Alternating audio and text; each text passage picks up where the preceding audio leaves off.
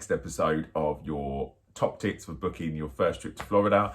I'm really excited about today because it's all about one of my favourite areas in Orlando, which is Disney. So I'm even all themed up wearing my Disney jumper just to get in the mood. I'm about to share some top tips with you. But before we go ahead, just head down, click on the subscribe button to make sure you don't miss another episode for your top tips on what to do in your first trip to Florida. We're going to kickstart today with looking at the My Disney Experience app.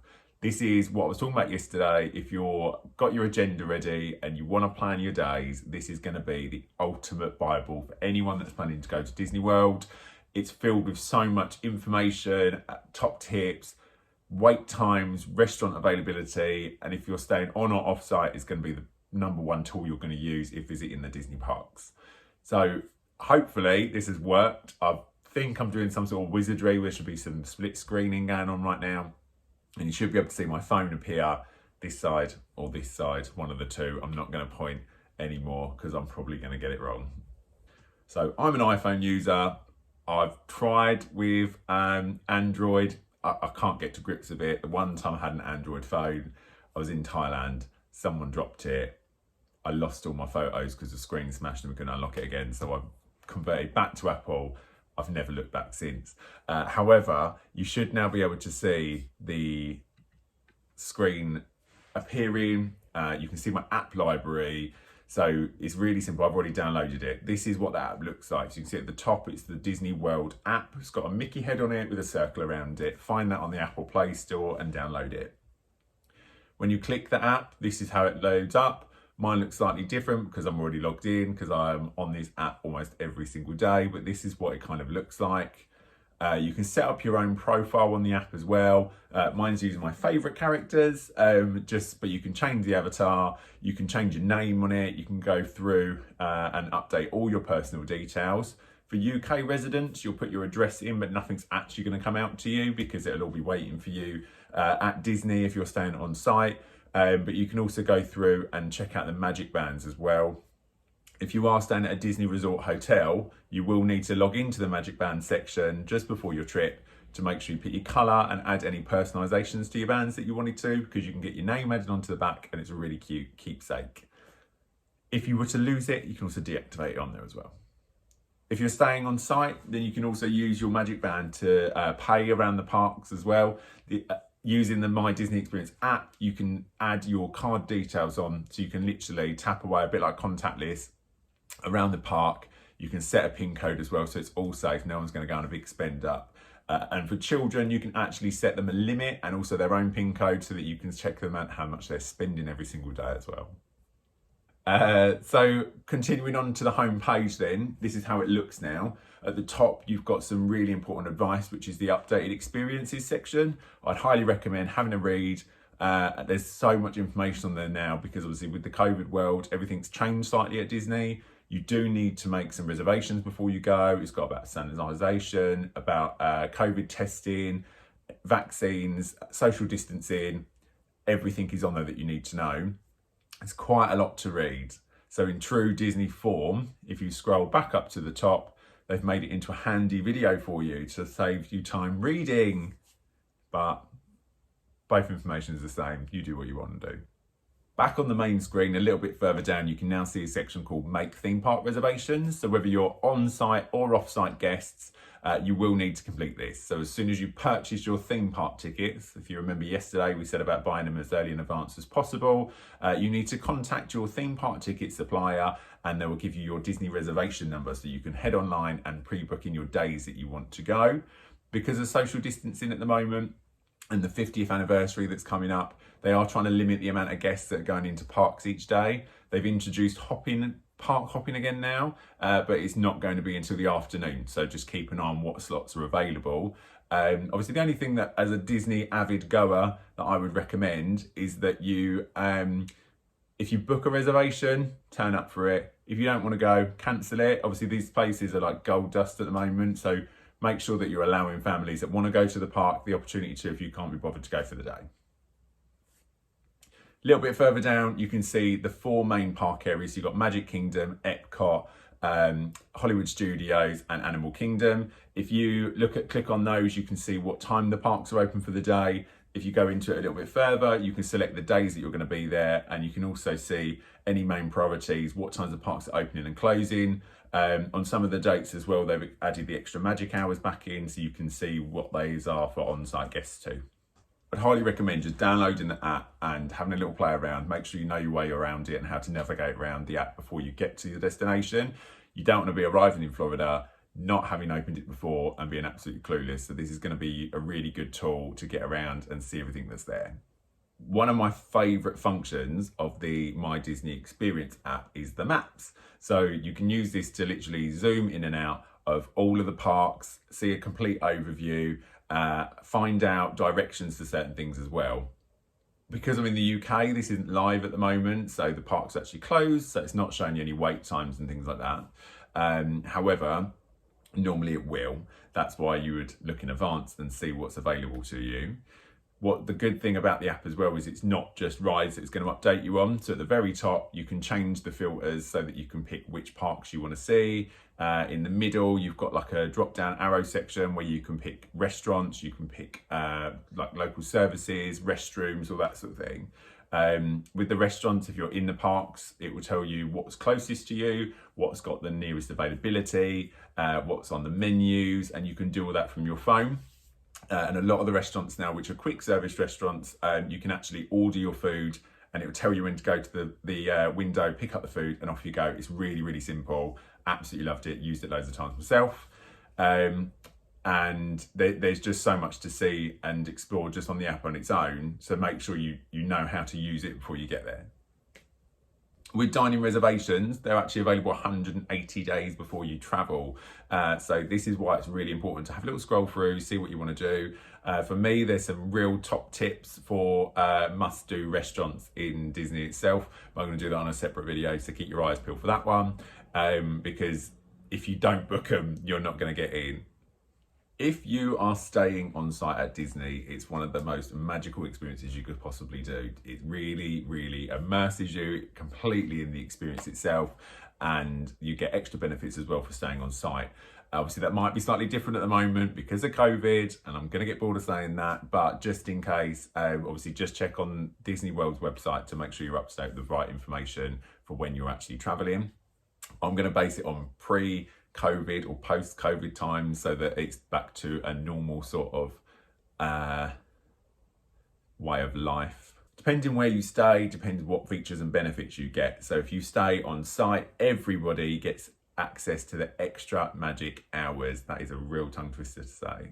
Extra magic hours, for those that don't know, are exclusive park opening times, either an hour before the park officially opens or 2 hours after the park closes, exclusively for on-site Disney guests. So this is going to help you reduce down the queue times for your favourite rides and be able to get that all-important picture in front of Cinderella's castle without the crowds in the background. All on-site guests are going to get a magic band that comes included within your Disney vacation package, whether that's been booked through a travel agent or directly with them. The magic band will be personalised to whichever you've chosen to do online. So that's why it's really important to make sure you download the app and follow the process before you travel. If you haven't got the app, you can also go onto the Disney World website and go into the My Account section just at the top. You can create all of the same features on there. It's just a lot easier to manage whilst you're in the park while you're on the phone. I think I said earlier, but all of Disney has got Wi-Fi included, so you don't have to worry about running up any massive data bills or anything when you're out there. It just means that it's a lot easier to manage your vacation and help track where you're meant to be at what time if you book fast passes and things using your mobile device. I'm going to talk about value resorts right now. So I've been very lucky when we've travelled before that we've stayed in a lot of different properties across the Disney Universal Villa complexes. With regards to the value properties, I stayed in one for the first time in December 2019. So Adam and I went for a 5-day trip just to go and get really immersed into Disney for Christmas. We'd never been at Christmas time before. The pictures looked absolutely amazing, and I can't say it didn't disappoint when we went there, which is fantastic. We stayed at a value property because it was just a whim moment that we booked earlier in the year. Adam had never had Christmas off before in the last 20 years, so we thought, why not? So When we arrived, the value properties are slightly further away from some of the parks, but don't forget the size of Disney itself is the size of Manchester, so your properties are going to be close to something. And for us, it was perfect because it was closer to the out and about areas, which is where we wanted to be in the evenings.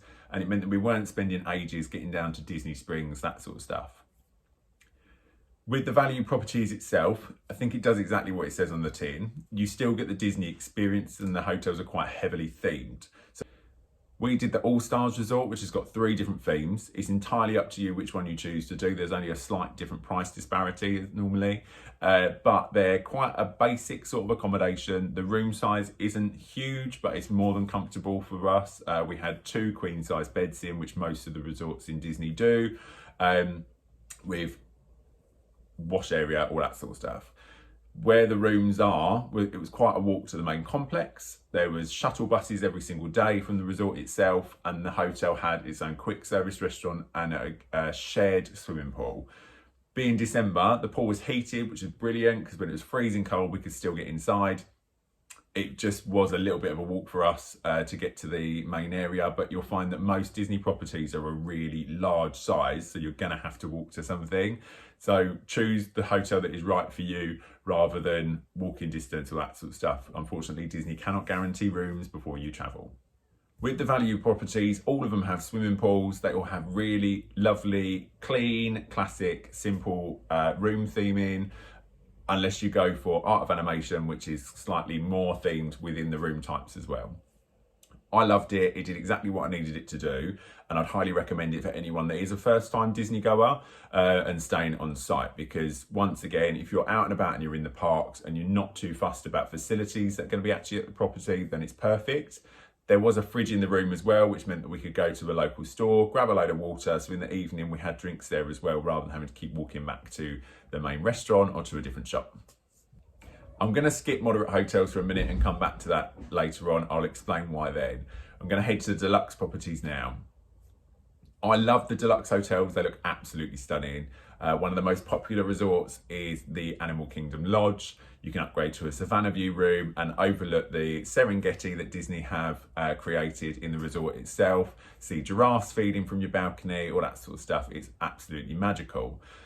Well, it's not one of my own personal favourites. Everyone has their own tastes. I've stayed at the Animal Kingdom Lodge. I've stayed at the Fort Wilderness Lodge, which was phenomenal.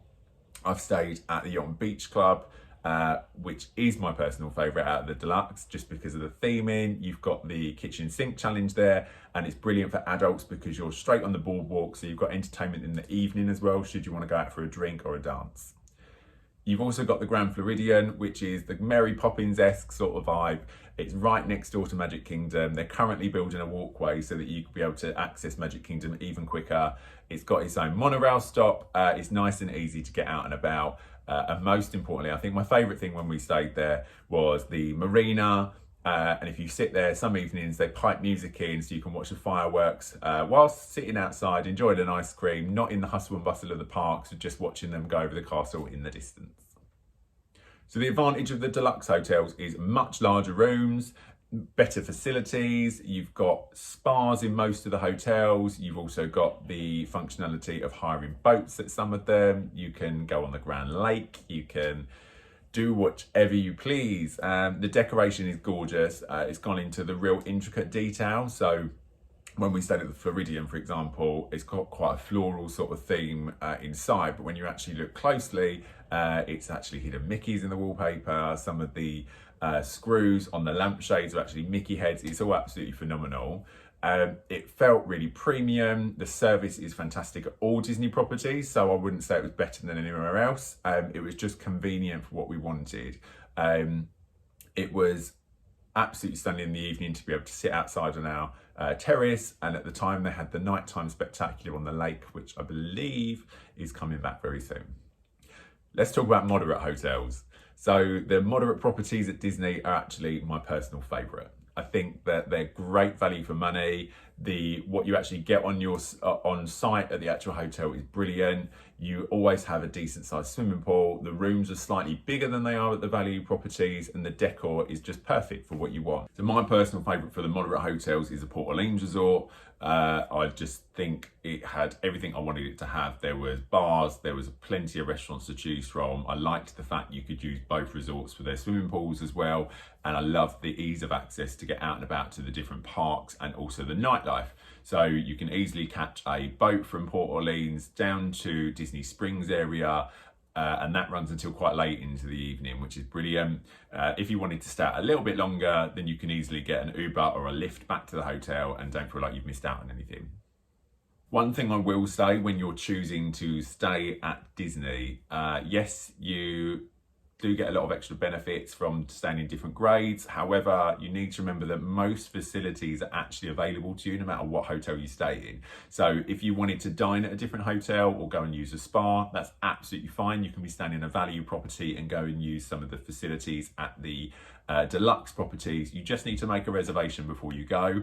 All of that can be done from the My Disney Experience app, or by calling up on the free phone number, which is available to all UK residents when visiting Disney. You don't even have to be staying on site to use that. So if you wanted to book a special occasion, one of the tours or anything like that, you can ring up the free phone number and speak to someone in Florida who will help you get all that booked. I just wanted to talk about transport as well in Disney. So it's slightly different at the moment. I'm not sure how it's all working with COVID, but there is a phenomenal network of getting around the properties as well. So you've got buses, monorails, boats that will take you around between different areas. You just need to make sure you factor in things to getting around depending where you're staying. Some of the properties can take a good 20 minutes to half an hour to get from the property to one of the park entrances. So if you've got a reservation for breakfast or lunch or whatever, just make sure you're factoring that in. But once again, if you go onto the My Disney Experience app, you can put in and it will tell you roughly how long it's going to take you to get there. If you choose to drive when staying at a Disney property, just bear in mind that you will now be paying for parking.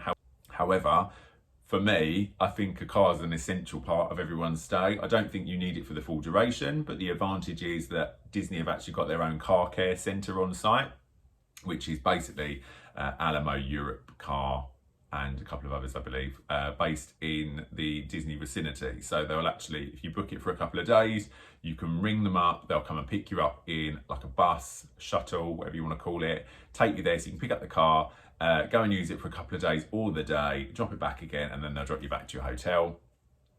It just means that you've got that flexibility. So if you wanted to go shopping, I personally don't like relying on public transport, because I also don't like people judging me how many bags I'm bringing back. So let's talk about magic bands. So magic bands are just the best invention in the entire world. So they look like a bit like an Apple Watch. They come in a variety of different colours. You can personalise them before you go. You can put people's names on the back. It's not limited to what name you can put on the back. So we chose to nickname my father-in-law Grumpy last year. You can have some fun with it. They're brilliant souvenirs as well, because everyone now wants one because of how brilliant they are. The magic bands are completely waterproof, so you can take them to the water parks with you as well. And the brilliant thing about them is you literally just need that on your phone for your entire Disney trip. Now, with the cast members dotted around the park still doing your perfect shots in front of the castle, your ride photos, all that sort of stuff linked to your magic band using the magic of Disney. So if you're on Tower of Terror, for example, you don't have to tap anything. It will literally download straight onto your magic band. It'll be on your phone within a few hours for you to download and share across social media, print out certain prints with different Disney frames around it. All that sort of stuff is available to everyone that visits Disney, which is absolutely fantastic. Only if you buy your tickets from the UK. The reason it's exclusive to the UK is because our tickets include something called Memory Maker. So just make sure when you're purchasing that is included. It's worth about $200, and it means that you get all of your park photos and your ride photos, experience photos included.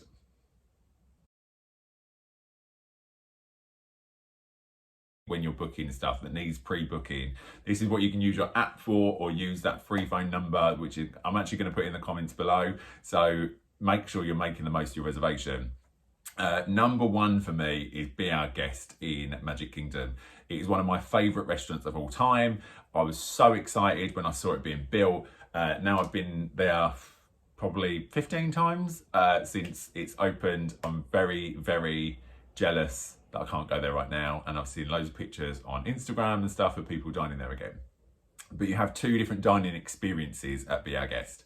So breakfast and lunch are quick service, but it's quick service with a difference. So you'll queue up, you'll order what you want, you go and find a table, they'll bring the food to you. The breakfast is my favourite personally over lunch. Breakfast comes with alcohol, which is brilliant. We always have a mimosa. It's a nice little start to your day. But what you're ordering, you also get like a sharing platter of pastries and then whatever hot plate you've decided to have as well. For lunch, it's a similar sort of experience. You pick from the menu, go to the table, done. In the evening, it is completely different. So a nighttime meal in Be Our Guest is actually a sit-down waiter service. So you will be getting a full experience, and it's also your only opportunity in Disney to meet the Beast in person. So once you finish dining, you'll be invited up table by table to go and meet the Beast, have your selfies, have your professional picture taken. It's absolutely amazing, and it's the only place you can do it in Walt Disney World. Tip number 2, so your fast passes, I would highly recommend getting Toy Story Mania as one of your fast passes. They have doubled it in size, so the queues aren't as long anymore, but it is still one of the most popular attractions. That's based at Hollywood Studios. It's a really brilliant ride for all of the family. When we travel, we're a party of 7. And the youngest is 13 all the way up to 72, and everyone enjoys it. Everyone has a great time. It's brilliant if you're really competitive like myself. Tip number 3. So if you are heading to Animal Kingdom, you can do the safari there, which is absolutely free. Go early. So the minute that park opens, head straight to the African section in Animal Kingdom. Get straight on the safari. The reason being is 1, it will be the lowest queue time ever, and 2, it will be when your animals are most active. So early in the morning, earlier in part of the day, the weather's a lot cooler, the animals are more free and roaming around, so you'll get a lot more better pictures, you'll see more interaction with the animals, and it is one of my favourite things to do in Animal Kingdom. Tip number 4 for me is all about the character meet and greets, and there's no better place to do it than at Chef Mickey. So Chef Mickey is actually in the Contemporary Resort. Anyone can travel there. You just need to book a reservation online before you go. And my favourite time is at breakfast. So you get to meet the big 5, as they call it, which is Mickey, Minnie, Donald, Pluto, and Goofy. All in one sitting. The characters come straight up to your table. There's no queuing. You get a buffet style breakfast, lunch or dinner, depending what time you want to go. And it's brilliant just before you head to the parks because it's literally one stop on the monorail. Tip number 5 is for everyone staying on site at Disney. So if you're in the parks for the day and you see something you've just got to buy in one of the stores, then you can ask them to send it back to your hotel room for you. Basically, by the time you finish your day in the parks, you'll get back, everything will be in your room, nice and safe and secure, and you haven't got to carry it around with you all day. I really hope the top tips helped you today. The My Disney Experience app is my #1 top tip overall. Get off of here, get it downloaded, and start adding the dates into your agenda about where you're going to go, what you're going to see. Like I said, obviously it's going to be slightly different, so make sure you follow the COVID guidelines at the moment that Disney have put into place. But hopefully, fingers crossed, there's been announcements of the parades returning back to normal and shows coming back again. So by the time you travel, you'll be able to have the most magical Disney experience as I've had previously. Thank you so much for watching. I hope you're really finding these videos useful. As always, please hit subscribe, give me a share. I really appreciate the time that you spent with us, and I hope it's been useful. I'll see you all soon.